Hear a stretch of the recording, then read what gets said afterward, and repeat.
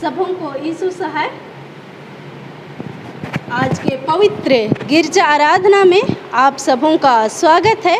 प्रभु यीशु मसीह आप सबों को बहुत आयत से आशीष देवे, आमीन। गोस्नर एवेंजलिकल लूथेरन कलीसिया के पंजिका के अनुसार आज युवा रविवार है। सभी यूथ को ढेर सारी शुभकामनाएं और बधाई हो। और आज का पवित्र गिरजा आराधना यूथ के द्वारा संचालन की जाएगी। धन्यवाद। सबों को गोस्नर यूथ की तरफ से सुसाए। सर्वप्रथम मैं धन्यवाद देना चाहूँगा रेवरेंड अनीता लुगुन को उनके हार्दिक अभिनंदन के लिए। अब मैं आपको बताना चाहूँगा यूथ दिवस के बारे में थोड़ा सा विस्तार से। यूथ दिवस हर साल 20 सितंबर को मनाया जाता है और जो हमारी प्रगति है यूथ के उसमें वो काफ़ी हद तक बढ़ चुकी है। आजकल हम हर चीज़ में पार्टिसिपेट कर रहे हैं।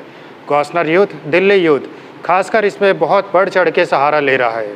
जैसा कि हम जानते हैं कि दिल्ली गोस्नर यूथ का गठन दिल्ली मंडली के स्थापन के कुछ समय पश्चात ही सन 1983 को हो गया था। इसके गठन में हमारे पादरी लेट रेवरेंड जे बरुण विश्वास का महत्वपूर्ण योगदान रहा था। दिल्ली गोस्नर यूथ शुरू से ही गिरजा के कार्यों में हाथ बटाता आया है तथा बहुत से कामों में महत्वपूर्ण भूमिका भी अदा करता आया है, जैसे autonomous day celebration, Christmas gathering तथा क्रिसमस कैरल। इसके अलावा जो हमारी सबसे बड़ा कार्यक्रम था वो 2016 में अक्टूबर के महीने में हमने 2 दिवसीय दिल्ली पैरिश यूथ कैंप का ऑर्गेनाइजेशन किया था। इसके अलावा यूथ ने संडे स्कूल के विद्यार्थियों के साथ भी उनका प्रोत्साहन बढ़ाने के लिए भाग लिया था। यूथ की ये प्रवृत्ति देख के हमें बहुत खुशी होती है। आज के दिन पे हमारे पास करीबन 30 एक्टिव मेंबर है जो यूथ में सम्मिलित है और हम चाहेंगे कि ज़्यादा से ज़्यादा यूथ यहाँ पर आए और हमारे साथ यहाँ पर सम्मिलित हो। तो आइए हम इस गिरजा आराधना को शुरू करते हुए प्रार्थना करेंगे। परमेश्वर का धन्यवाद देते हैं परमेश्वर पिता तेरे अपार प्रेम और कृपा के लिए। पिता परमेश्वर तू हमेशा हमारे संग साथ बना रहता है, हमारी रक्षा रखवाली करता है, हमारे ऊपर अपना महिमा का हाथ बनाए रखता है।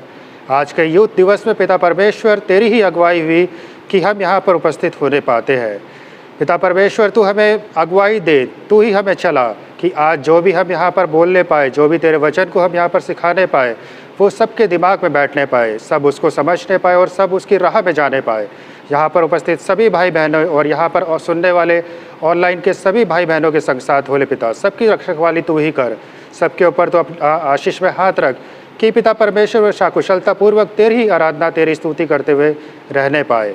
हम तो पापी मनुष्य पिता घड़ी घड़ी पाप करते हमारे छोटी सी प्रार्थना को सुन और दया करके स्वर्गराज में ग्रहण कर, आमीन। हम लोग आवाहन वचन सुनेंगे जो हमें मिलता है भजन संहिता 119 उसका 9 में, जहाँ पर प्रभु का जीवता वचन इस प्रकार लिखा है। जवान अपनी चाल को किसी उपाय से शुद्ध रखे, तेरे वचन के अनुसार सावधान रहे, आमीन। आइए हम लोग प्रभु की स्तुति और महिमा करते हुए गीत गाए। गीत संख्या 12।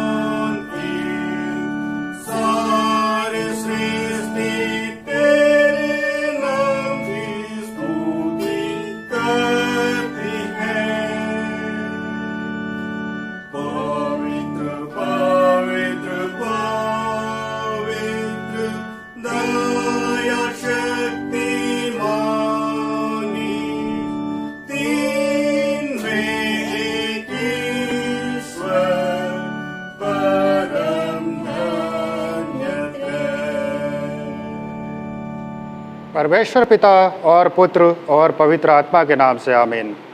हमारी सहायता ईश्वर के नाम से है जिसने स्वर्ग और पृथ्वी को सृजा।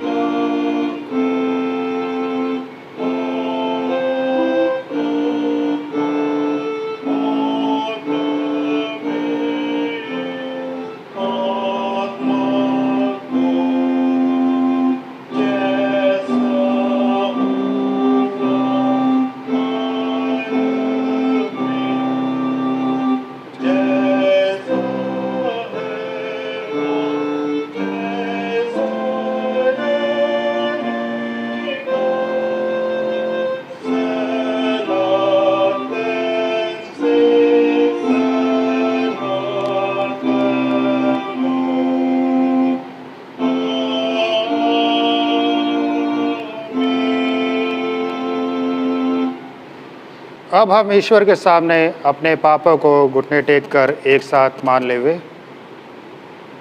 हे सर्वशक्तिमान ईश्वर दयालु पिता, हम दीनताई से अपने सब पाप और अपराधों को तेरे सम्मुख मान लेते हैं।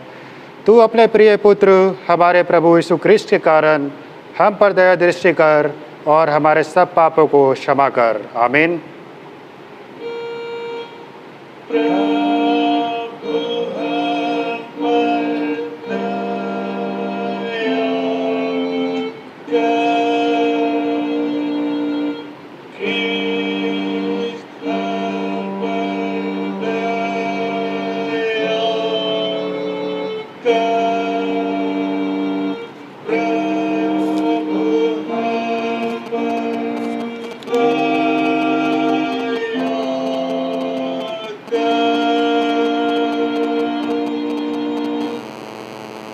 चाहे पहाड़ हट जाए और पहाड़ियाँ टल जाए तो भी मेरे कारण तुझ पर से कभी ना हटेगी और मेरी शांतिदायक वाचा ना टलेगी।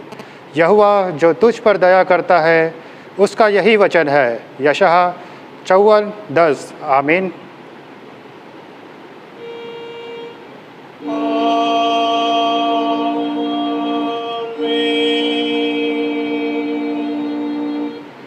सबसे ऊंचे स्थान पर ईश्वर का गुणानुवाद हो।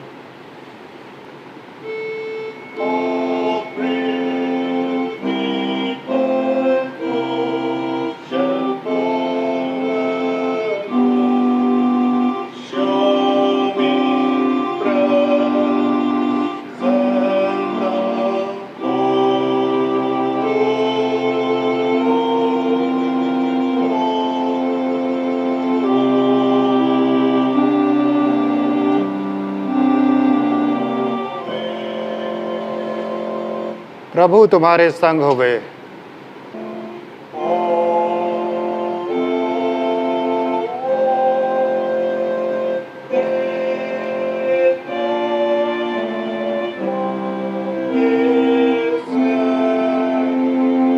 हम प्रार्थना करें। हे प्रभु परमेश्वर स्वर्गवासी पिता, हम पापी लोग मान लेते हैं कि हम में कुछ भी भलाई नहीं है और हम अपने पाप के कारण अनंत मृत्यु के योग्य हुए हैं, क्योंकि जो शरीर से उत्पन्न हुए हैं सो शरीर से और जो तेरे राज्य को देख नहीं सकते हैं। परंतु हम तेरी विनती करते हैं कि हम पर अनुग्रह कर और अपने पुत्र हमारे प्रभु यीशु ख्रिस्त के कारण पवित्र आत्मा को हमारे मनों में भेज और हमको नया मनुष्य बना, जिससे हम जैसे पवित्र बपतिस्मा में हमसे वाचा दी गई है वैसा ही ख्रिस्त के द्वारा पाप की क्षमा पर निश्चयता सहित विश्वास करे, प्रतिदिन पवित्र आत्मा के चलाए हुए चले और अंत में सदा काल का जीवन पावे। आमीन।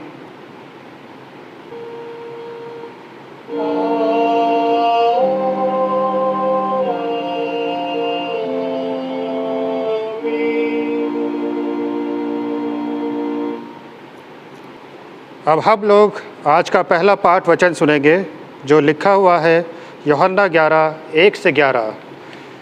प्रभु का जीवित वचन इसमें इस प्रकार कहता है। मरियम और उसकी बहन मार्था के गांव बैतनिय्याह का लाजर नाम का एक मनुष्य बीमार था। यह वही मरियम थी जिसने प्रभु पर इत्र डालकर उसके पाँव को अपने बालों से पोंछा था। इसी का भाई लाजर बीमार था, अतः उसकी बहन ने उसे कहला भेजा, हे प्रभु, देख, जिससे तू प्रीति रखता है वह बीमार है। यह सुनकर यीशु ने कहा, यह बीमारी मृत्यु की नहीं, परंतु परमेश्वर की महिमा के लिए है, कि उसके द्वारा परमेश्वर के पुत्र की महिमा हो। यीशु मार्था और उसकी बहन और लाजर से प्रेम रखता था। फिर भी वह जब उसने सुना कि वह बीमार है, तो जिस स्थान पर वह था वहाँ 2 दिन और ठहर गया। इसके बाद उसने चेलों से कहा, आओ हम फिर यहूदिया को चले। चेलों ने उससे कहा, हे रब्बी, अभी तो यहूदी तुझ पर पथराव करना चाहते थे, और क्या तू फिर भी वही जाता है? यीशु ने उत्तर दिया, क्या दिन के 12 घंटे नहीं होते? यदि कोई दिन में चले तो ठोकर नहीं खाता, क्योंकि इस जगत का उजाला देखता है, परंतु यदि कोई रात में चले तो ठोकर खाता है, क्योंकि उसमें प्रकाश नहीं।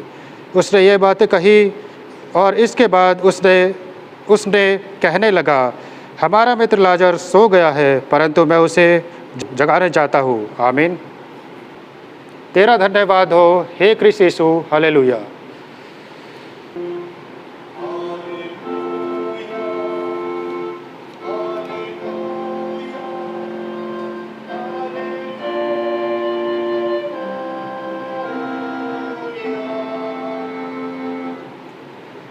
अब हम समस्त क्रिस्तानी कलीसिया के संग अपना महापवित्र विश्वास मान लेकर एक साथ यूँ कहे, मैं विश्वास करता हूँ परमेश्वर पिता पर, जो स्वर्ग और पृथ्वी का सर्वशक्तिमान सृजनहार है, और उसके इकलौते पुत्र अपने प्रभु यीशु ख्रिस्त पर, जो पवित्र आत्मा से गर्भ में आया, कुंवारी मरियम से उत्पन्न हुआ, पंतुस पिलातुस की आज्ञा से दुख उठाया, क्रूस पर चढ़ाया गया, मर गया और गाड़ा गया, पाताल में उतरा, तीसरे दिन मृतकों में से जी उठा, स्वर्ग पर चढ़ गया और परमेश्वर सर्वशक्तिमान पिता के दाहिने हाथ पर बैठा है, जहाँ से वह जीवितों और मृतकों का विचार करने को फिर आवेगा। मैं विश्वास करता हूँ पवित्र आत्मा पर, एक ही पवित्र क्रिस्तानी कलीसिया, पवित्रों की संगत पर, पापों की क्षमा, देह के जी उठने और अनंत जीवन पर। आमीन।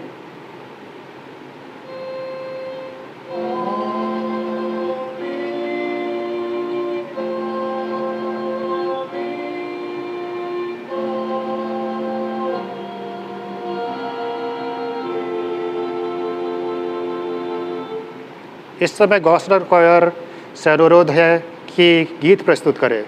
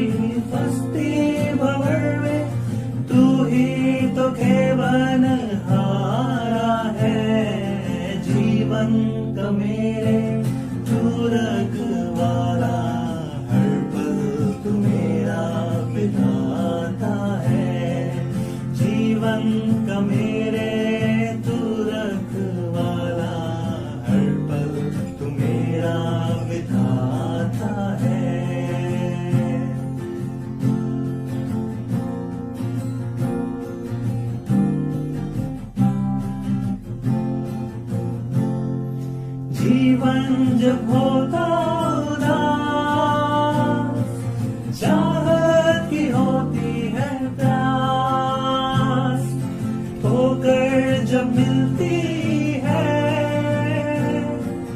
आगे निकलती है।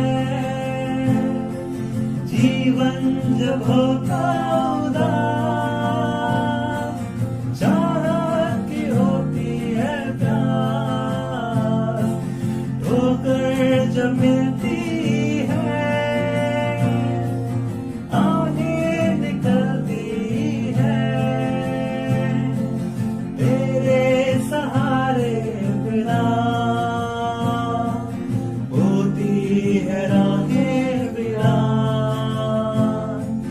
तेरे सहारे बिना होती है राहें वीरान। जीवन का मेरे तू रखवाला, हर पल तू मेरा विधाता है। जीवन का मेरे तू रखवाला, हर पल तू मेरा विधाता है।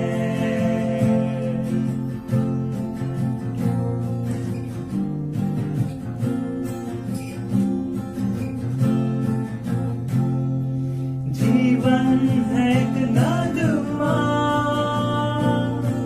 जिसकी है धुन है उदास। राहों में है तूफान, पापों में बुझता प्रकाश। जीवन है एक नगमा, जिसकी हर धुन है उदास। राहों में है तूफान, पापों में बुझता प्रकाश। मेरे खुदा ये सफर होने लगा सुनसान।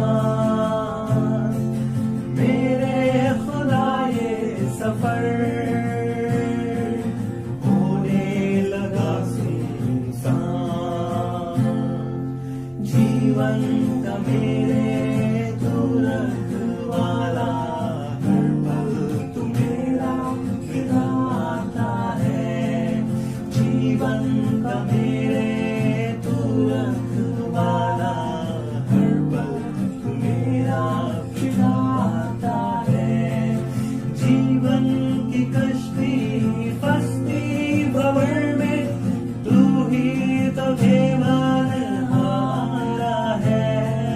जीवन की कश्ती फंसती भंवर में, तू ही तो केवल हारा है।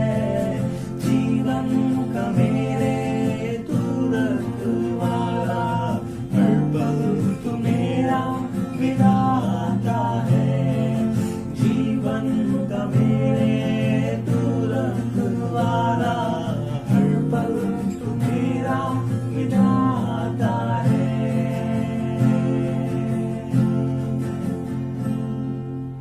गौसर गोयर को इस सुंदर गीत के लिए धन्यवाद। अब मैं बहन सुप्रिया से अनुरोध करूंगा कि वो बेदी पर आए और आज का उपदेश वचन आप सबों के सामने रखें। भाई सुमन को बहुत बहुत धन्यवाद। तुम्हें हमारे पिता परमेश्वर और प्रभु यीशु क्रिस्ट की ओर से अनुग्रह और शांति बहुतायत से मिले। आमीन। आइए हम लोग प्रार्थना करें। जीवित परमेश्वर दयालु पिता, धन्यवाद करते हैं प्रभु जी आज के सुंदर दिन के लिए और इस समय के लिए प्रभु जी कि इस दिन तक आपने हमें पहुंचाया प्रभु जी, और इस पवित्र दिन को हम देखने पाते हैं प्रभु जी। लाखों लाख धन्यवाद करते हैं प्रभु जी कि इस घड़ी प्रभु जी हम आपके नज़दीक आते हैं और आप ही की स्तुति और महिमा करने पाते हैं प्रभु जी। जो भी वचन इस घड़ी ठहराया गया है प्रभु जी, उसके लिए प्रार्थना करते हैं प्रभु जी। आपकी पवित्र आत्मा की अगुवाई चाहते हैं प्रभु जी। हम अपनी बुद्धि और समझ का सहारा नहीं लेना चाहते प्रभु जी।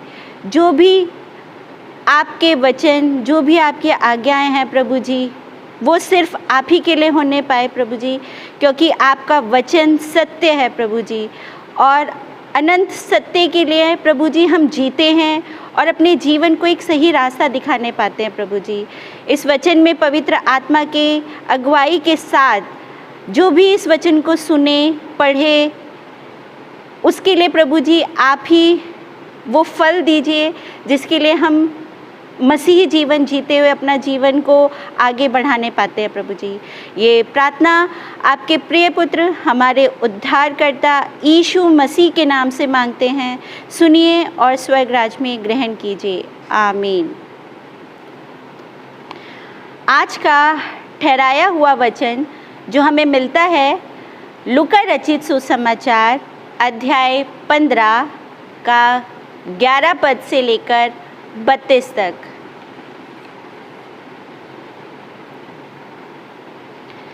जिसमें इस प्रकार लिखा हुआ है, उड़ाऊ पुत्र का दृष्टांत। फिर उसने कहा, किसी मनुष्य के 2 पुत्र थे। उनमें से छोटे ने पिता से कहा, हे पिता, संपत्ति में से जो भाग मेरा हो वह मुझे दे दीजिए। उसने उनको अपनी संपत्ति बांट दी। बहुत दिन ना बीते थे कि छोटा पुत्र सब कुछ इकट्ठा करके दूर देश को चला गया और वहाँ कुकर्म में अपनी संपत्ति उड़ा दी। जब वह सब कुछ खर्च कर चुका तो उस देश में बड़ा अकाल पड़ा और वह कंगाल हो गया। इसलिए वह उस देश के निवासियों में से एक के यहाँ जा पड़ा। उसने उसे अपने खेतों में सूअर चराने के लिए भेजा और वह चाहता था कि उन फलियों से जिन्हें सूअर खाते थे अपना पेट भरे, और उसे कोई कुछ नहीं देता था। जब वह अपने आपे में आया तब कहने लगा, मेरे पिता के कितने ही मज़दूरों को भोजन से अधिक रोटी मिलती है और मैं यहाँ भूखा मरा रहा हूँ। मैं अब उठकर अपने पिता के पास जाऊँगा और उससे कहूँगा कि पिताजी, मैंने स्वर्ग के विरोध में और तेरी दृष्टि में पाप किया है। अब इस योग्य नहीं रहा कि तेरा पुत्र कहलाऊं। मुझे अपने एक मज़दूर के समान रख ले। तब वह उठकर अपने पिता के पास चला। वह अभी दूर ही था कि उसके पिता ने उसे देखकर तरस खाया और दौड़कर उसे गले लगाया और बहुत चूमा। पुत्र ने उससे कहा, पिताजी, मैंने स्वर्ग के विरोध में और तेरी दृष्टि में पाप किया है और अब इस योग्य नहीं रहा कि तेरा पुत्र कहलाऊं। परंतु पिता ने अपने दासों से कहा, झट अच्छे से अच्छा वस्त्र निकालकर उसे पहनाओ और उसके हाथ में अंगूठी और पाँव में जूतियाँ पहनाओ और पला हुआ बछड़ा लाकर मारो, ताकि हम खाएं और आनंद मनाएं। क्योंकि मेरा यह पुत्र मर गया था, फिर जी गया है, खो गया था, अब मिल गया है। और वे आनंद करने लगे। परंतु उसका जेठा पुत्र खेत में था। जब वह आते हुए घर के निकट पहुंचा तो उसने गाने बजाने और नाचने का शब्द सुना। अतः उसने एक दास को बुलाकर पूछा, यह क्या हो रहा है? उसने उससे कहा, तेरा भाई आया है और तेरे पिता ने पला हुआ बछड़ा कटवाया है, इसलिए कि उसे भला चंगा पाया है। यह सुनकर वह क्रोध से भर गया और भीतर जाना ना चाहा। परंतु उसका पिता बाहर आकर उसे मनाने लगा। उसने पिता को उत्तर दिया, देख, मैं इतने वर्ष से तेरी सेवा कर रहा हूँ और कभी भी तेरी आज्ञा नहीं टाली, तो भी तूने मुझे कभी एक बकरी का बच्चा भी ना दिया कि मैं अपने मित्रों के साथ आनंद करता। परंतु जब तेरा यह पुत्र, जिसने तेरी संपत्ति वेश्याओं में उड़ा दी है, आया तो उसके लिए तूने पला हुआ बछड़ा कटवाया। उसने उससे कहा, पुत्र, तू सर्वदा मेरे साथ है और जो कुछ मेरा है वह सब तेरा ही है। परंतु अब आनंद करना और मग्न होना चाहिए, क्योंकि यह तेरा भाई मर गया था, फिर जी गया है, खो गया था, अब मिल गया है। आमीन।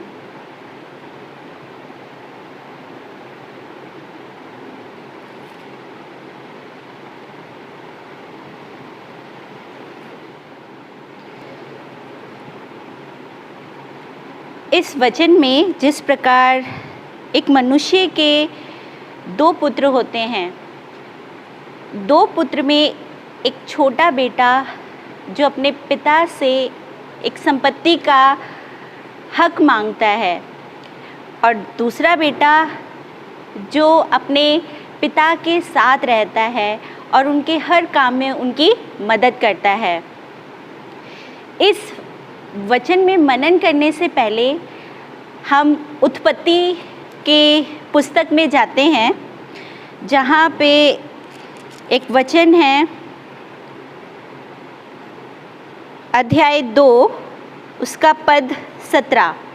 उत्पत्ति अध्याय 2 पद 17, जिसमें वचन लिखा है, पर भले या बुरे के ज्ञान का जो वृक्ष है उसका फल तू कभी ना खाना, क्योंकि जिस दिन तू उसका फल खाएगा उसी दिन अवश्य मर जाएगा। तो जब हम इस वचन पर जाते हैं तो हमारे अंदर जो हमने एक फल खाया उसमें अच्छे और बुरा ये दोनों का जो विचार है वो हमारे मन में है। शायद एक जो छोटा पुत्र है उसके मन में वो बुरा विचार आया। हाँ, वो अपने पिता से प्यार भी करता था, लेकिन जो बुरा विचार वो उसने ज़्यादा सुनी और उसके अधिकार में होते हुए उसने अपने पिता से वो संपत्ति मांगी। जब एक पिता अपने पुत्र के लिए या पुत्री के लिए जो भी वो कमाते हैं, उनके जीवन का एक रहता है कि वो जो भी कमाए अपने परिवार के लिए कमाए, वो बिन बोले उनकी सारी ज़रूरतों को पूरा करते हैं। तो इस वचन में एक चीज़ हमें पता लगती है कि छोटा बेटा कहीं ना कहीं उसकी सोच एक ऐसी स्वतंत्रता में चली गई कि नहीं, मैं अपने पापा का जो भी उसकी संपत्ति है उस पर हक लूँगा और उस संपत्ति से जो चाहा मैं करूँगा और उस संपत्ति पर मुझे कोई बोलने वाला नहीं है। तो इस वचन पर जब हम मनन करते कि हमारे अंदर हर वक्त हर घड़ी एक ऐसा मन में अच्छा और बुरा विचार दोनों चलता रहता है, लेकिन जब हम बुरे विचार पर कहीं जाते भी हैं, मनन भी करते हैं, लेकिन उस चीज़ को अगर हमें दबाना है या उसे कम करना है तो एक बार उसका अच्छा पक्ष और उसका बुरा पक्ष एक बार मनन करके प्रभु की आज्ञाओं को और प्रभु को मनन करते हुए सोचना चाहिए कि क्या ये मैं अगर कदम उठाऊंगा तो उससे मेरे पिता परमेश्वर को या मेरे माता या पिता को दुख होगा।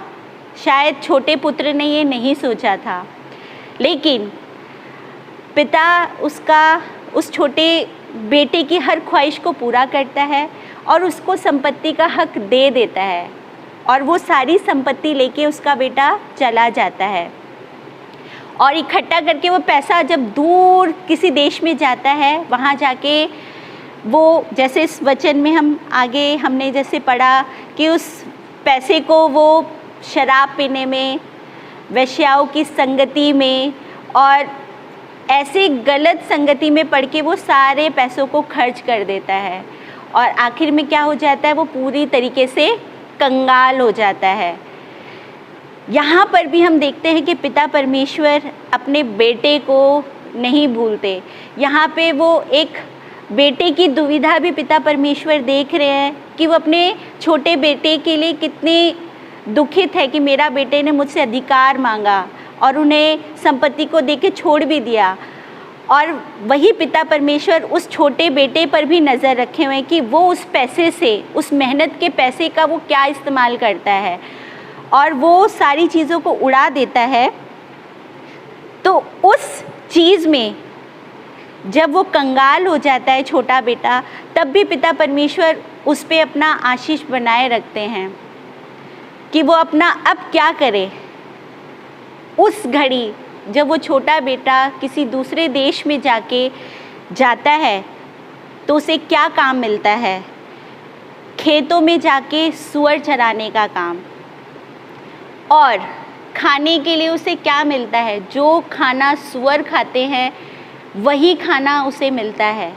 यानी कि जब उसके पास पैसे थे तब उसने शराब पिया, जो चीज़ खाना चाहा खाया, दोस्तों की संगति में अच्छी बुरी उसे चीज़ समझ नहीं थी, बस उड़ा दिया। यहाँ तक कि उसकी इतनी नौबत ख़राब आ गई कि जब वो उसके पास कुछ नहीं रहा तो परमेश्वर ने एक योजना के तहत भी उसको एक ऐसी जगह भेजा कि वो सूअर जो चीज़ खाते हैं, जो फलियाँ खाते हैं, वही चीज़ वो छोटा बेटा भी उस चीज़ को खा रहा है। 1 दिन खाया, 2 दिन खाया, 3 दिन खाया। अब उसके बाद क्या है, उसको सच्चे दिल से वहाँ पे जब उसको पश्चाताप होता है, वो रोने लगता है, वो धरती पर गिरता है, घुटने टेकता है, तो वो एक वचन क्या कहता है, उसकी स्थिति यहाँ पे इस वचन में उसकी एक स्थिति को दिखाता है। जब वो कहता है, मेरे पिता के कितने ही मज़दूरों को भोजन से अधिक रोटी मिलती है और मैं यहाँ भूखा मर रहा हूँ। यानी कि एक इंसान जो सूअर जिस चारे को या बासी जो भी उसको दिया जाता था उसको वो खा रहा है बेमन से, उसका मन तृप्त नहीं हो रहा। जो सूअर का खाना क्या हम इंसान खा पाएंगे? तो परमेश्वर की नज़र में उस छोटे बेटे ने उनकी आज्ञाओं का उल्लंघन किया, उसने अपने पिता को दुख दिया, उसकी कहीं ना कहीं उसे ऐसी सज़ा मिली कि जिसमें उसे सूअर के खाने, जो सूअर को खाना दिया जाता है वो उसे खाने लगा। और उसके बाद जब वो घुटने टेक कर अपने पिता को याद करते हुए ये वचन भी बोलता है कि मैं अपने पापा के पास, अपने पिता के पास, मैंने स्वर्ग के विरोध में और तेरी दृष्टि में पाप किया है। यहाँ एक मनन की स्थिति पता लगती है कि वो सच्चे दिल से, शायद उसने उस घड़ी जब एहसास किया होगा कि मैंने गलत किया, उसे अपने पिता परमेश्वर की याद आई। सबसे पहले वो काम करते हुए अपने पिता की याद आई, जिन्होंने उसको जन्म दिया, जिन्होंने उसको कहने पर उसको संपत्ति दी। और उसके बाद उस घड़ी, उस समय उसे स्वर्ग में, यानी कि पिता परमेश्वर जो इस पृथ्वी के करता है, स्वर्ग के करता है, उसके विरोध में भी उसे ये बात याद आई। यानी कि उसकी अंतर आत्मा उसे धिक्कारती है कि तुमने क्या काम किया, और वो सच्चे दिल से माफ़ी मांगता है और उसे एहसास होता है कि मैंने पाप किया है। वो खुद उसको मुंह से स्वीकार करता है। और इस वचन में जब हम आगे जाते हैं तो वो क्या करता है, जाता है अपने पिता के पास, और उसके पिता उसे जिस हालत में देखते हैं, जब उसे देख रहे होते हैं कि वो दूर से आ रहा है, पिता भाग के उसके पास जाते हैं। पिता अपने पुत्र से कभी भी नफ़रत नहीं करते, चाहे बेटा कोई भी उनसे बुरी बात बोले, चाहे कैसा भी करे, लेकिन एक बाप अपने बेटे से कभी भी उसको धिक्कारेंगे नहीं, बल्कि उससे लाड प्यार से उसके साथ रहते हैं। वही हमारे पिता परमेश्वर हम बच्चों के साथ प्रेम करते हैं। तो उस घड़ी जब वो झट से उसको देखते हैं, उसके पास जाते हैं, और उसकी स्थिति जब छोटे बेटे का देखते कि फटे हाल में वो कैसे गिरते पड़ते अपने पिता के पास आता है, तो अपने घर में जो भी सेवा करने वाले लोग हैं उनको बुलाता है और उसके लिए क्या करता है, एक दावत पेश करता है कि उसको अच्छे कपड़े पहनाता है, उसके हाथों में अंगूठी पहनाता है, उसके पैरों में चप्पलें पहनाता है। यानी कि ये वचन दिखा रहा है कि जब वो ऐसी स्थिति में, यानी बुरी संगति में, उसका क्या हाल था। उसके यानी पास, उस छोटे बेटे के पास कपड़े नहीं थे, तो उसके पिता को इतनी दया आई, प्यार आया कि उससे नए वस्त्र पहनाए। दूसरा, उसके हाथों में शायद छाले पड़े होंगे, शायद फपोले निकले होंगे, नहीं जानते। पानी क्या चीज़ उसे मिली नहीं मिली हम नहीं जानते, लेकिन फिर भी उस दुख तकलीफ़ को हटाते उसके पिता ने उसके हाथों में अंगूठी पहनाई। उसके पैरों में छाले पड़े होंगे, कुछ भी है, लेकिन उसके पापा ने उसको पैरों के लिए, यानी कांटों से उसके पैरों की क्या हालत होगी हम सोच नहीं सकते, लेकिन उसके पिता की दृष्टि में बेटा वापस आया तो उन्होंने उसके पैरों में उसे चप्पल पहनाई। ये है एक पिता का अपने बेटे के प्रति प्रेम। क्या उस टाइम ये था कि उस छोटे से बेटे ने जिस घड़ी, जिस समय अपने पापा को याद किया, पिता परमेश्वर के सामने अपने पापों को स्वीकार किया, उसी घड़ी उसने सारी चीज़ें, परमेश्वर ने देखा कि अब वो सारी चीज़ें उसको मिलेंगी जो उसका हक है, और परमेश्वर ने उस छोटे बेटे को वो सारी चीज़ें उसके पिता के रूप में वो सारी चीज़ें दी। तो यहाँ पे हम मनन करते हैं कि जैसे भी परिस्थितियाँ होती हैं, परमेश्वर अपने बेटे बेटियों का साथ कभी नहीं छोड़ते। उसी प्रकार से जब हम आगे मनन करते हैं कि छोटा बेटा, बड़ा बेटा, जिस घड़ी उसे पता लगता है कि जब मेरा भाई पापा की संपत्ति लेके जगह से चला गया और सारे पैसे उड़ाकर आया और उसके लिए दावत पेश किया जा रहा है, उसके लिए बछड़ा जो लेकर आया उसको काट के भोजन के तौर पे परोसा गया, ठीक है। तो यहाँ थोड़ी सी एक जलन जो है एक बड़े भाई की दिखती है, जहाँ पे वो कहता है कि अपने पिता को कहता है कि मैं तो आपके साथ था, मैंने आपकी सारी आज्ञाओं का पालन किया, जो आप कहते थे वो सारी चीज़ें मैंने की, लेकिन फिर भी आपने तो कभी मेरे लिए बछड़ा कभी ऐसा काट कर या मेरे लिए पकवान के तौर पे नहीं दिया, और ना ही मुझे ऐसा कुछ दिया। मेरा भी मन करता है कि मैं अपने दोस्तों के साथ मज़े करूं, घूमूं फिरूं, मैंने तो वो काम नहीं किया, तो आपने ये चीज़ छोटे भाई के साथ क्यों किया। तो यहाँ पर भी उसके पिता का एक प्यार नज़र आता है अपने बड़े बेटे के लिए, जो वो वचन में उसे कहते हैं कि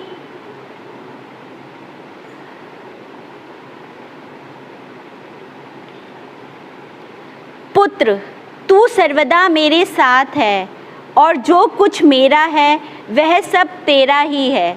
यहाँ पर पता लगता है कि पिता अपने बड़े बेटे को तो बोल ही रहे हैं कि वो हमेशा उसके साथ है, यानी कि बिन बोले ही उसे वो सारी चीज़ें मिल जाएंगी।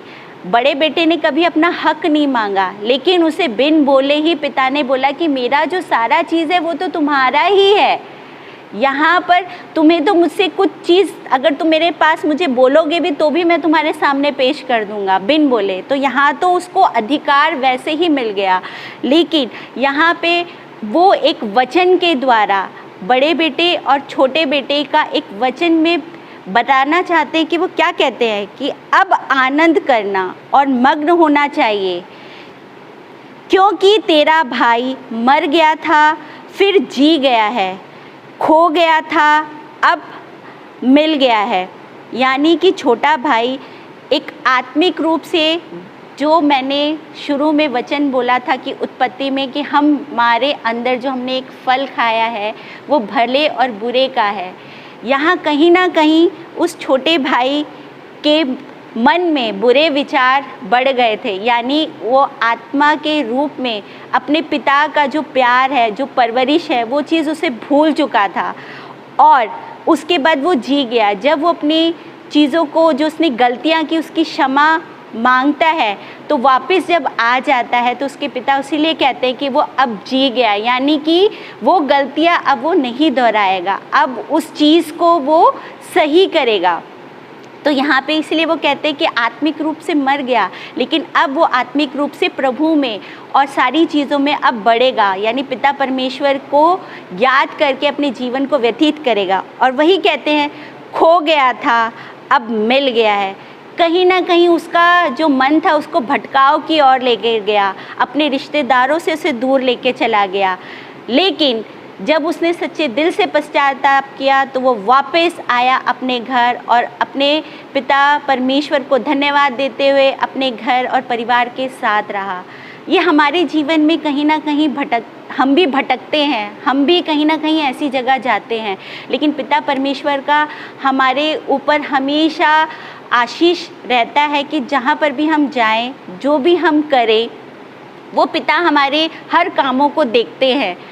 और उसके बाद जिस दिन हमें अंदर से हमारी आत्मा हमें अगुवाई देती है और हम उनके सामने घुटने टेक के पश्चाताप करते हैं, तो प्रभु हमारे साथ हमेशा हमारे आगे बढ़कर हमें जो चीज़ बढ़कर, कहते हैं ना, हमसे जो चीज़ हमारे आसपास भी नहीं है उससे बढ़कर वो हमारे साथ हमें चीज़ें मिलती हैं। यहाँ पर हम आज के टाइम पे जब ये कोरोना महामारी जो फैली हुई है और आज के टाइम पर अगर हम मनन करें तो ये बीमारी जिस तरह से फैली है, रिश्तों में बहुत दूरियां आ गई हैं, एक दूसरे के प्रति कहीं ना कहीं खटपट भी है, किसी की नौकरी भी चली गई है, बहुत कुछ चला गया है।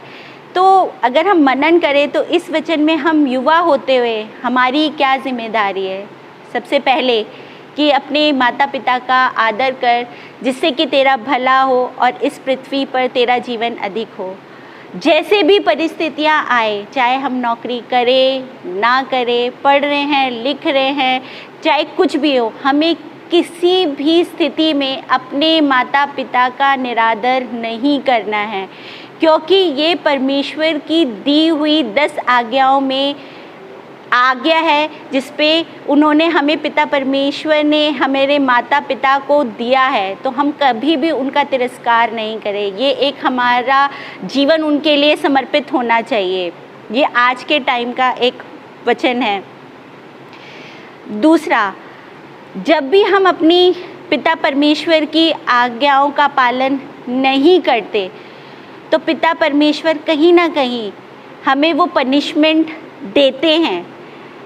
कहीं ना कहीं हमारे दिल में शायद हमें महसूस नहीं होता हम किस गलत रास्ते पे चल रहे हैं, लेकिन ये जो बाइबल है ये हमें याद दिलाती है कि हमें आज्ञाओं का पालन करना है, उसको पढ़ना है।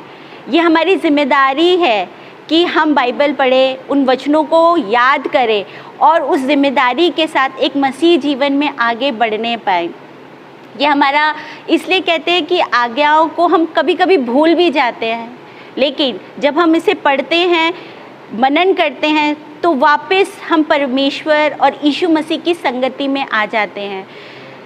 जब हम नए नियम में देखते हैं, आगे भी देखिएगा, तो यीशु मसीह हमेशा इस पृथ्वी पर जब आए तो वो पिता परमेश्वर की आज्ञाओं को बताने के लिए आए। वो स्वर्ग के सुसमाचार को बताने के लिए आए कि यहाँ पर कैसा हम उससे कैसे दूर हो गए पिता परमेश्वर से। तो क्या आज हम यीशु मसीह को बोलते हैं कि वो आज इस दुनिया में नहीं है, लेकिन वो इस दुनिया में है। प्रभु का वचन कहता है कि यीशु मसीह हमारे अंदर है, वो हमारी बातों को सुन रहे हैं। अगर हम उनसे कुछ पूछते हैं या किसी प्रॉब्लम में भी रहते तो भी हमारे वचनों को सुनकर हमारे प्रॉब्लम का वो जवाब देते हैं। तो एक संगति के तौर पर कि परमेश्वर के दिए हुए आज्ञाओं और वचनों का पालन करते हुए हम यीशु मसीह का जो सेक्रीफाइस है, जो उन्होंने क्रूस पर अपना बलिदान दिया है, उसको याद करके हम अपना जीवन को आगे बढ़ाएं, उसके जीवन को व्यर्थ ना करें। ये जो कोरोना महामारी में इस टाइम लोग एक दूसरे से अलग हैं, एक दूसरे को छूने से डरते हैं, तो परमेश्वर इतना हमसे प्यार करते हैं कि ये बीमारी हमें छू नहीं सकती अगर हम परमेश्वर पर विश्वास करते हैं। अभी के टाइम पे जब एक सतर्कता है कि हम मास्क पहन के रहते हैं, सैनिटाइज़र यूज़ करते हैं, ये एक पहल है कि हाँ, हमें इस बीमारी के बारे में नहीं पता, लेकिन इस सावधानी के साथ भी हमें आगे बढ़ना है। तो इस वचन में आज के टाइम पे बहुत मुश्किल की घड़ियां हैं जिसके साथ हमें आगे बढ़ना है, लेकिन अपने रिश्तेदारों का साथ नहीं छोड़ना, एक मसीह जीवन के साथ आगे बढ़ते जाना है। और इसमें एक वचन है कि जब भी हम अपनी बातों के कारण ही, हम अपने मुंह के द्वारा ही, अपने जो भी हम किसी से सामने वाले से बात करते हैं, इसी बातों से हम निर्दोष और दोषी यही ठहराए जाते हैं। ये वचन हम देख लेते हैं मत्ती अध्याय 12 उसका पद 37 में। मत्ती अध्याय 12 उसका पद 37,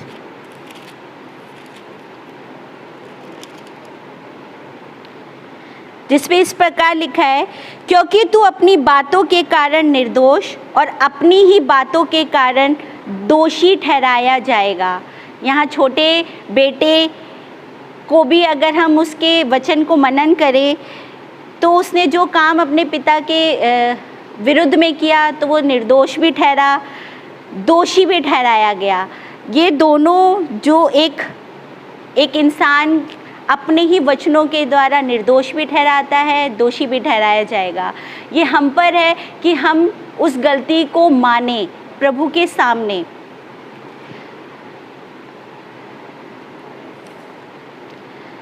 अब यहाँ पर हम एक वचन पर मनन करते हैं कि प्रभु हमें प्रायश्चित, यानी कि क्या हम सच्चे दिल से प्रभु के सामने अपने आप को प्रायश्चित किस वे में करते हैं। तो हम वचन हमें जो मिलता है वो पहला यूहन्ना अध्याय 1 का 9 पद में है। पहला यूहन्ना अध्याय 1 का 9, जिसमें इस प्रकार कहा है, यदि हम अपने पापों को मान ले तो वह हमारे पापों को क्षमा करने और हमें सब अधर्म से शुद्ध करने में विश्वास योग्य और धर्मी है। यहाँ पे ये वचन जो ठहराया गया कि हमें नहीं पता, हम जाने अनजाने में भी पाप कर जाते हैं, लेकिन हमें सबसे पहले उसके लिए क्षमा मांगना है। सामने वाला कभी कभी दोहरा देता है, कभी हम किसी से ऊंची आवाज़ में बोल देते हैं, कभी किसी को अपशब्द भी बोल देते हैं, अपने माता पिता को दुख दे देते हैं, बहन भाइयों को दुख देते हैं, पति पत्नी को कभी अपशब्द बोल देते हैं। लेकिन यहाँ पे वही चीज़ कहता है कि शायद हम बोलते वक्त नहीं सोचते, लेकिन जब सामने वाला आदमी सुनता है और वो आपको बोलता है कि ऐसा मत बोलो, और उस समय अगर आपको सुनाई देता है कि नहीं, मुझे ये शब्द नहीं बोलना चाहिए उस टाइम, तो वही है कि पापों को क्षमा करने, यानी कि आपने अपनी ज़बान से पाप किया है, आपने अपने व्यवहार से पाप किया है। जब तक आप उस चीज़ के लिए खुद से क्षमा नहीं मांगेंगे तो दूसरा वाला इंसान आपको कैसे माफ़ करेगा। तो ये एक मसीह जीवन में हम जब जीते हैं तो कभी भी किसी को भी बुरा ना बोलना है, ना कहना है।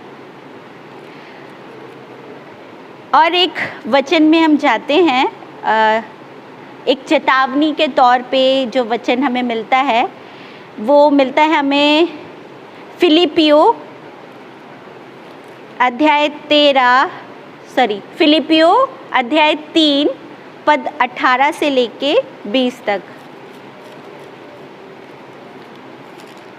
फिलिपियो अध्याय 3 पद 18 से लेके 20 तक, जिसमें इस प्रकार है, क्योंकि बहुत से ऐसी चाल चलते हैं जिनकी चर्चा मैंने तुमसे बार बार की है और अब भी रो रो कर कहता हूँ कि वे अपनी चाल चलन से मसीह के क्रूस के बैरी हैं।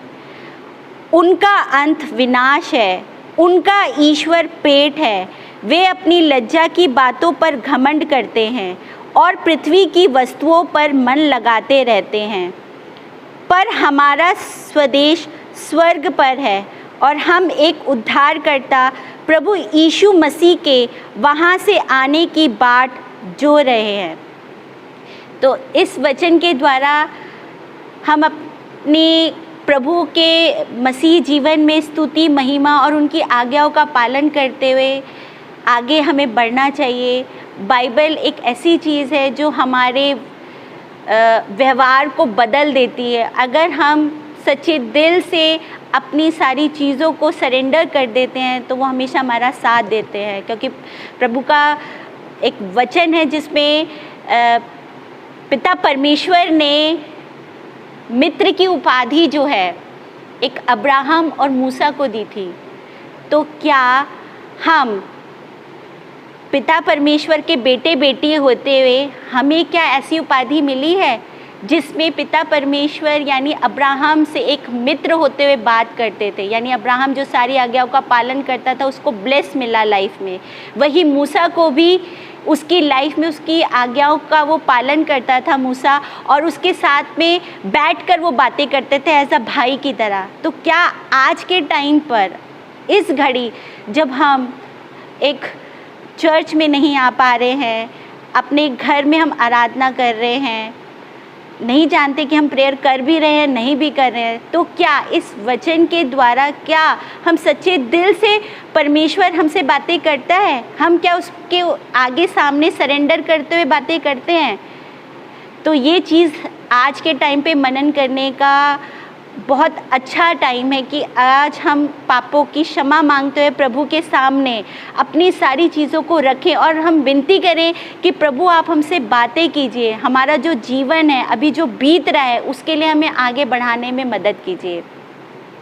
तो इस वचन के प्रति आगे हमें अपने जीवन को कैसे बढ़ाना है, और संगति हमेशा गाने के द्वारा, गीत के द्वारा, वचनों के द्वारा, परिवार में एक दूसरे के द्वारा हम वचनों को बांटें और आगे बढ़ाने पाए। प्रभु इन वचनों के द्वारा आप सभी को आशीष दे। आमीन। आइए हम लोग प्रार्थना कर लें। धन्यवाद धन्यवाद धन्यवाद प्रभु जी इस सुंदर वचन के लिए। प्रभु जी जितने भी वचन प्रभु हमने पढ़े प्रभु जी, हम नहीं जानते प्रभु जी कि इन वचनों का पालन हम कैसे करने पाए प्रभु जी। हम शरीर से दुर्बल हैं प्रभु जी, लेकिन आत्मा आपकी अगुवाई चाहती है प्रभु जी। आत्मा हमेशा प्रभु जी आपको आगे देखते हुए हमेशा आगे बढ़ने की प्रेरणा के लिए ललायित रहती है प्रभु जी। आपका क्रूस प्रभु जी हम देखते हैं, महसूस करते हैं प्रभु जी, क्योंकि आपका जो लहू है इस पृथ्वी पर जो बहाया गया प्रभु वो शुद्ध और पवित्र है प्रभु जी। उस लहू में इतनी ताकत है प्रभु जी कि कोई भी बीमारी इस घड़ी हमें छू नहीं सकती प्रभु जी।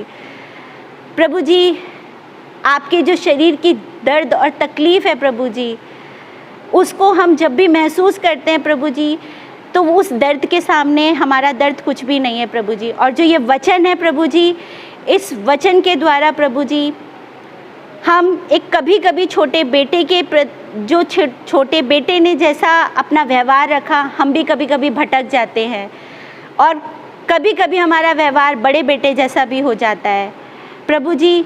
हमारे मन में वो दुविधाएं कभी न कभी कब फल जाती है हम नहीं जानते प्रभु जी, लेकिन आत्मा के तौर पर प्रभु जी जब हम आपका साथ चाहते हैं, आपकी संगति चाहते हैं प्रभु जी, कि अपने मसीह जीवन को हम सच्चे दिल से, सच्चे शरीर से प्रभु जी जो भी दुख तकलीफ़ हो आपके दिए हुए कामों में आगे बढ़ाने पाए प्रभु जी। आप ही के सुसमाचार को आगे बढ़ाने पाए प्रभु जी, और एक संगति के साथ में जो भी बड़े बुज़ुर्ग हमें जो भी वचन में संगति में हमें आगे बढ़ाना चाहते हैं प्रभु जी, उनकी सुनकर हम आगे बढ़ने पाए प्रभु जी, ये प्रार्थना करते हैं। क्योंकि इस पृथ्वी पे बड़ों का आशीर्वाद जो हमें मिलता है वो आपके द्वारा दिया गया है प्रभु जी। उनके दिए हुए आशीर्वाद के साथ ही हम आगे बढ़ने पाते हैं, और हर घड़ी हर क्षण प्रभु जी आपकी महिमा और स्तुति में हम अपने जीवन को रखते हैं प्रभु जी। दिन प्रतिदिन जैसे भी आगे बढ़े, जैसे भी हमारा जीवन आगे बढ़े प्रभु, आप ही की महिमा में बढ़ने पाए प्रभु। ये प्रार्थना आपके प्रिय पुत्र हमारे उद्धारकर्ता यीशु मसीह के नाम से मांगते हैं, सुनिए और स्वर्गराज में ग्रहण कीजिए। आमीन।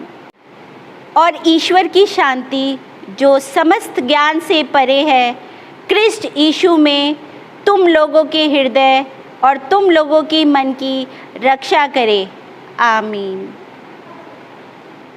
हम लोग आराधना को बढ़ाते हुए अगला गीत गाएंगे, साक्षी वाणी से गीत नंबर 349।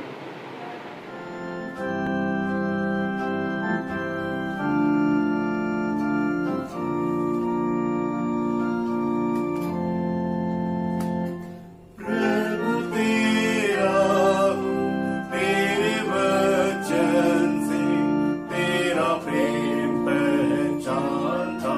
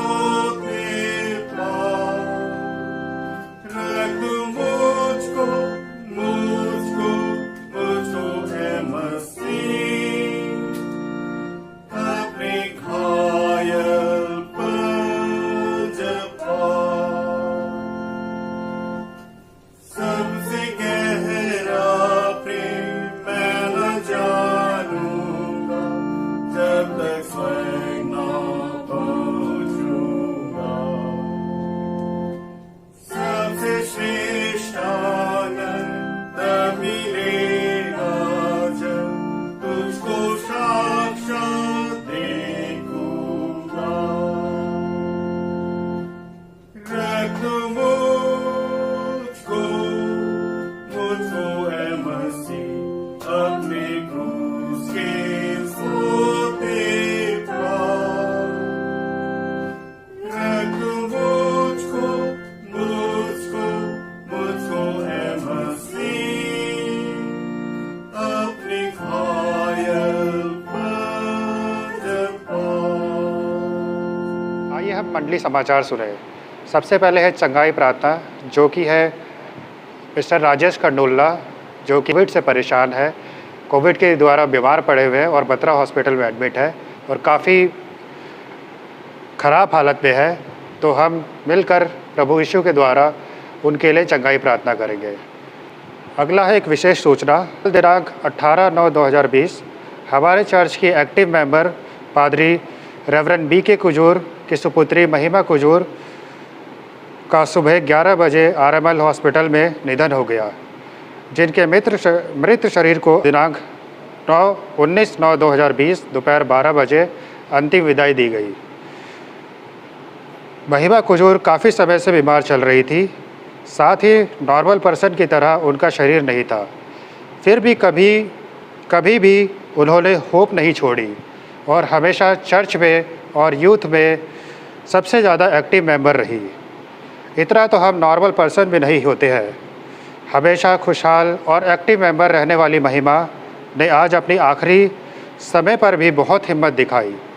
उन्होंने ICU में रहते हुए भी हमेशा जीने की आस रखी, पर इस महामारी के समय कोविड-19 ने भी उन्हें घेर लिया, जिसके कारण उनका शरीर और कमज़ोर होता चला गया और अंततः पिता ईश्वर ने उन्हें अपने पास बुला लिया।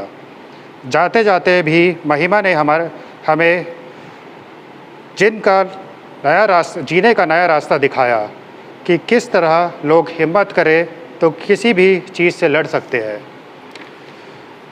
आज वो हमारे बीच नहीं है, पर उसकी यादें सदैव हमारे साथ रहेगी।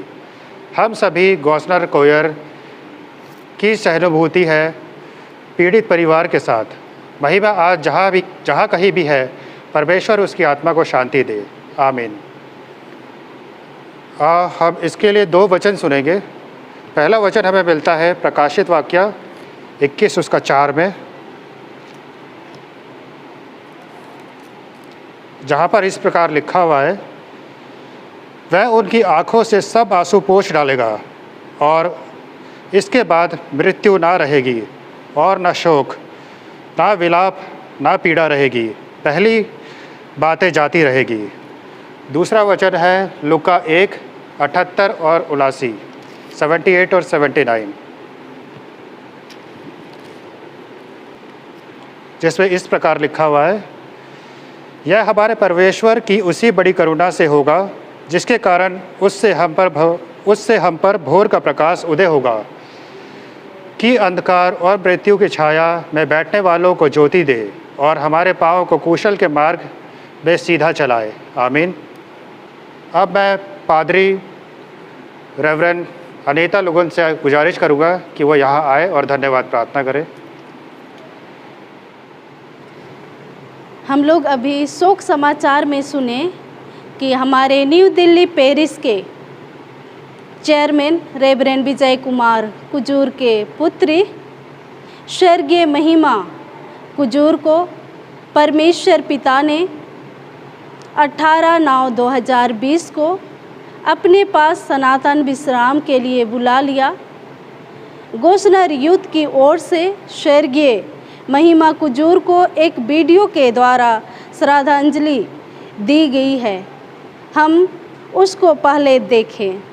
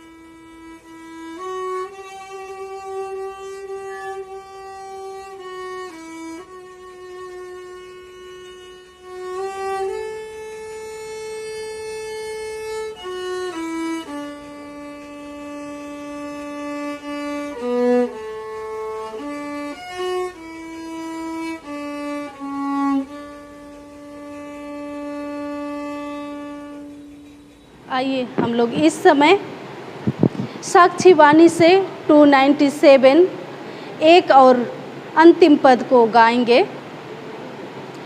साथ हो प्रभु जब हम अलग हो, जीवन का सारा मार्ग बतलावे, हमें अपनों में मिलावे।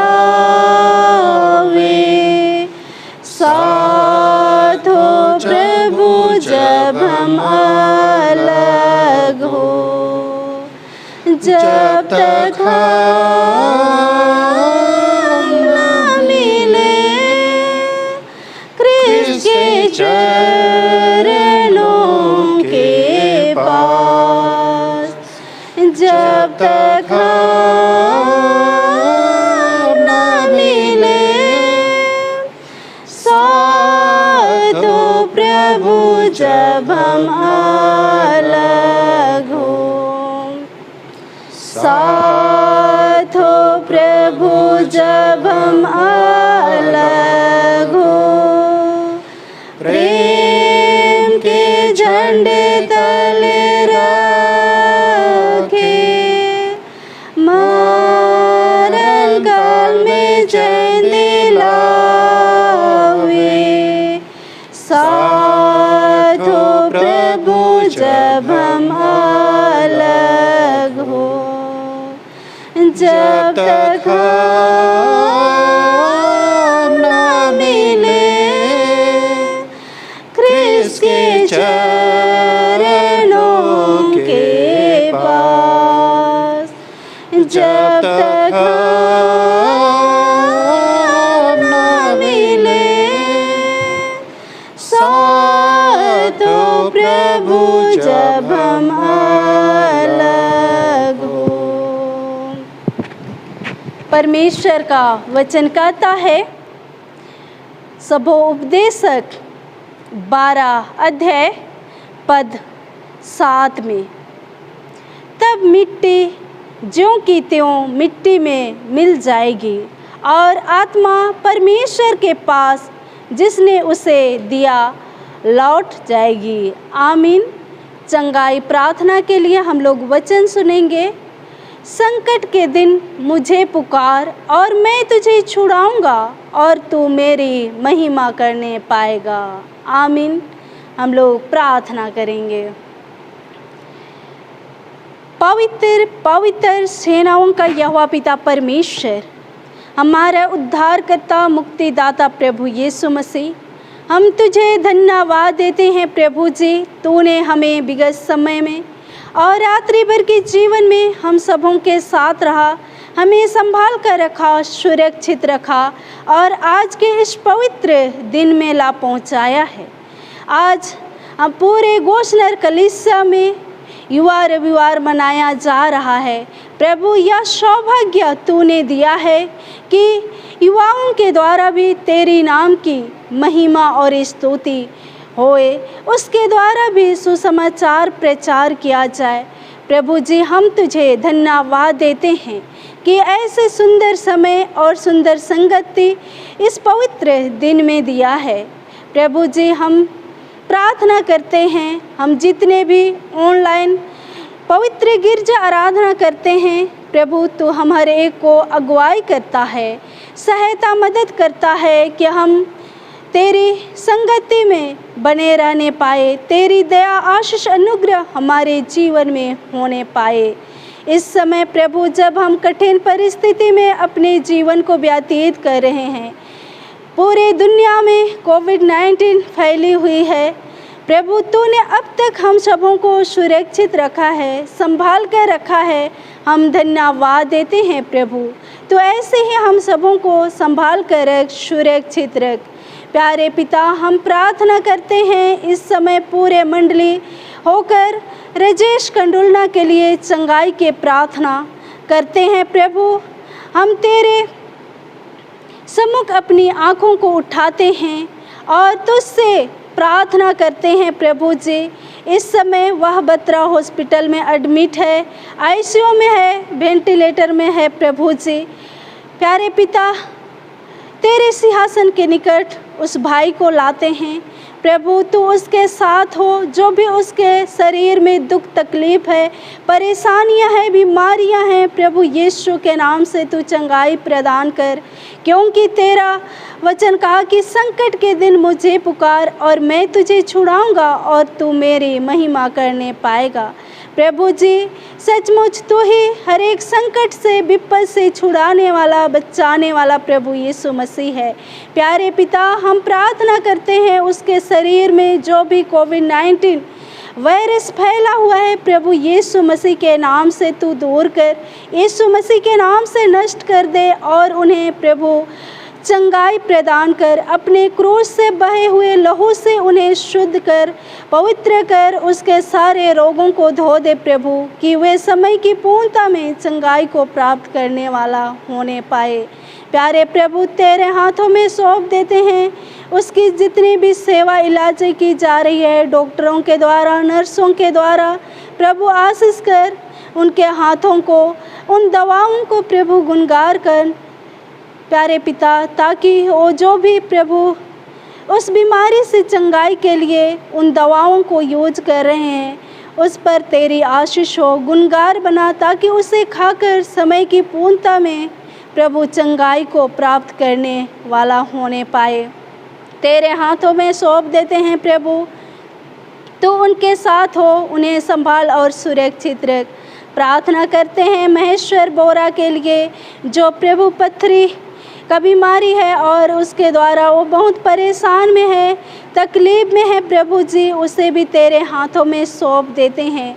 उसके शरीर में जो खून की कमी है प्रभु जी, और उसका प्लेटलेट कम है प्रभु जी, हर एक बातों को प्रभु तेरे चरणों तले रखते हैं। तू ही हर एक को, तू ही उसे चंगाई प्रदान कर, हर एक चीज़ को प्रभु तू लेबल में रख और तेरी ही नाम की महिमा होने पाए। प्रभु, जब छुटकारा को प्राप्त करके तेरे हाथों में सौंप देते हैं प्रभु, तो उनके साथ हो, उन्हें संभाल सुरक्षित रख।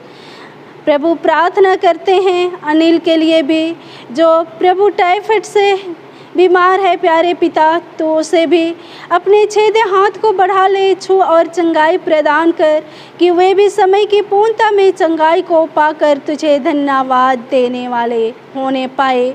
उसकी सेवा इलाज हर एक कामों पर प्रभु आशीष प्रदान कर।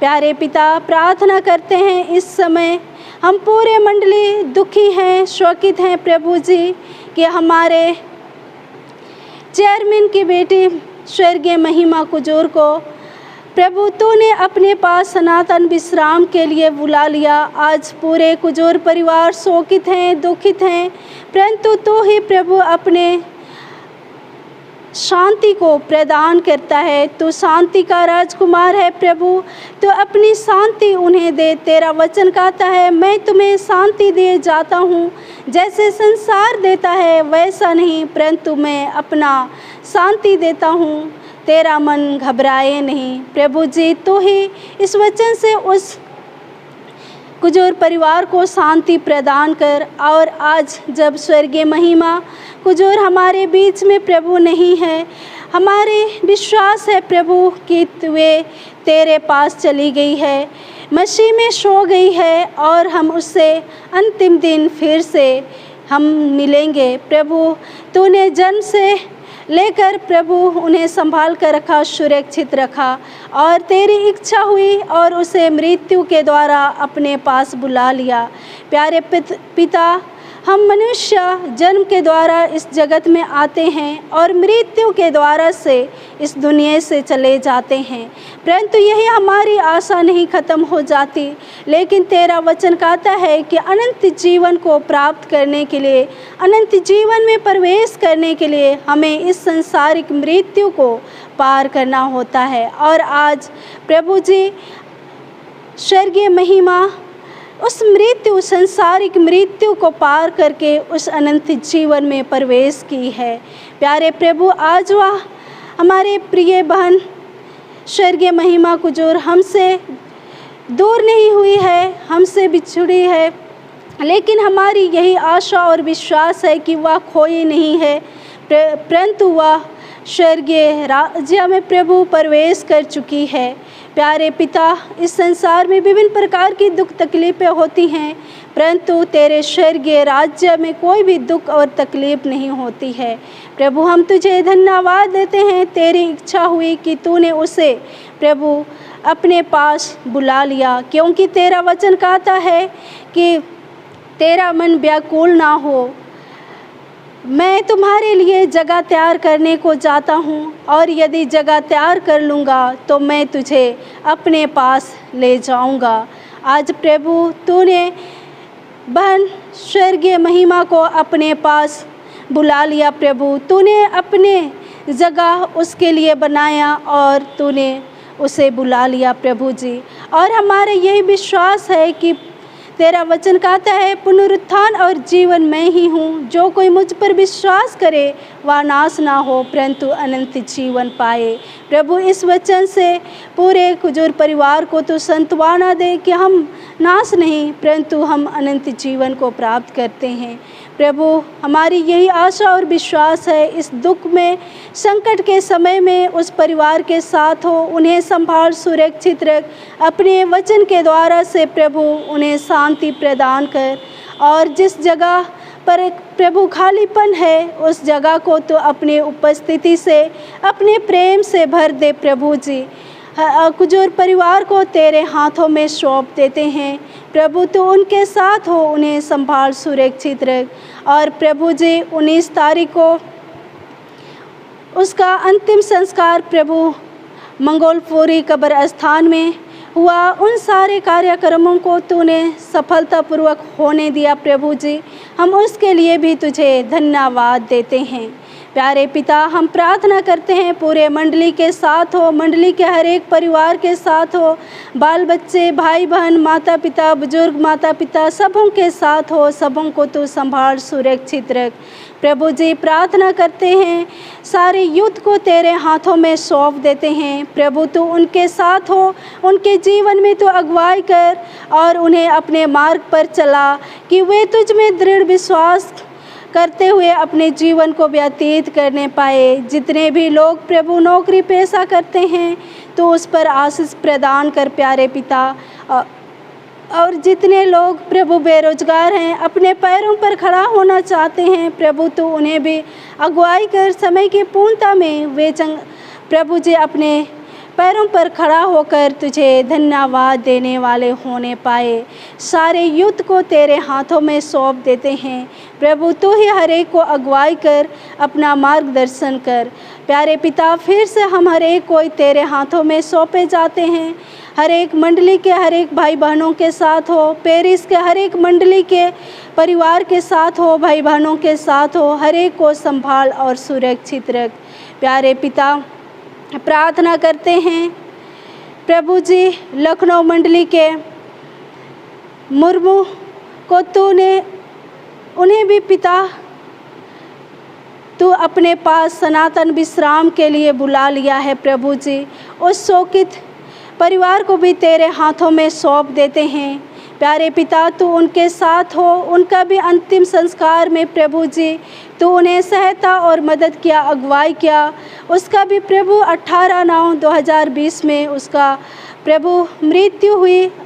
प्यारे पिता, तू ही हर एक बातों से उस मुर्मू परिवार को अपने वचन के द्वारा से उन्हें भी प्यारे पिता शांति प्रदान कर तेरे हाथों में सौंप देते हैं। तू ही उनके साथ हो, उन्हें संभाल और सुरक्षित रख। हर एक बातों के लिए प्रभु तुझे धन्यवाद देते हैं।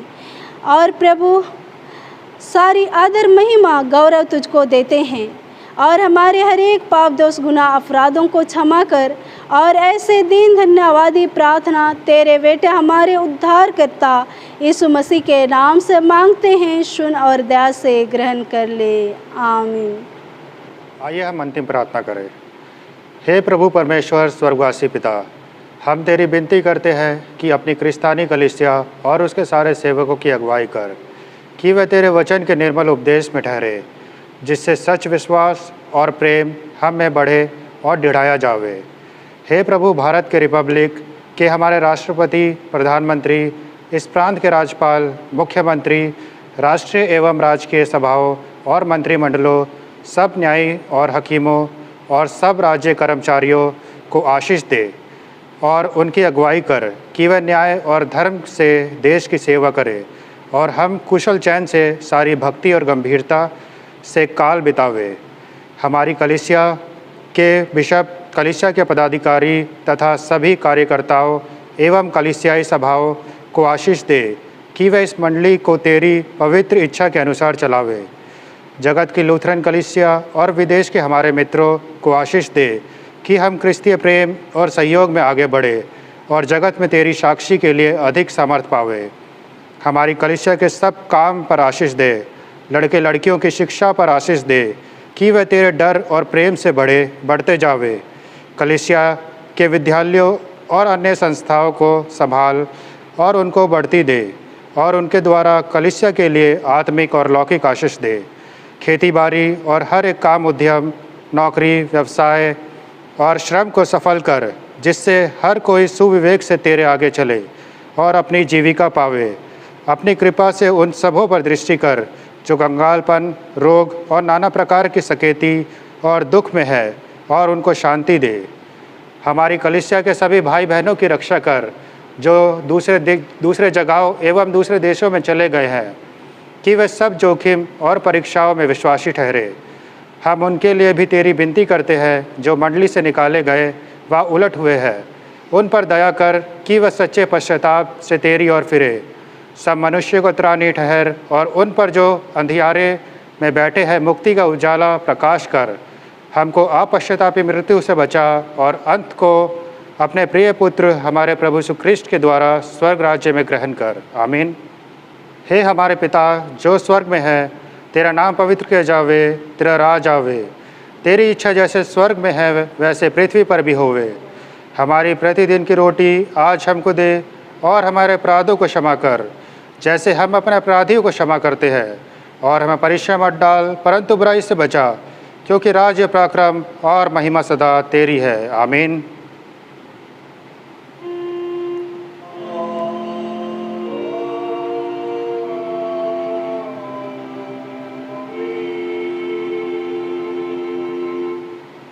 अब हम ईश्वर का आशीर्वाद विश्वासी और दिन मन से ग्रहण करें।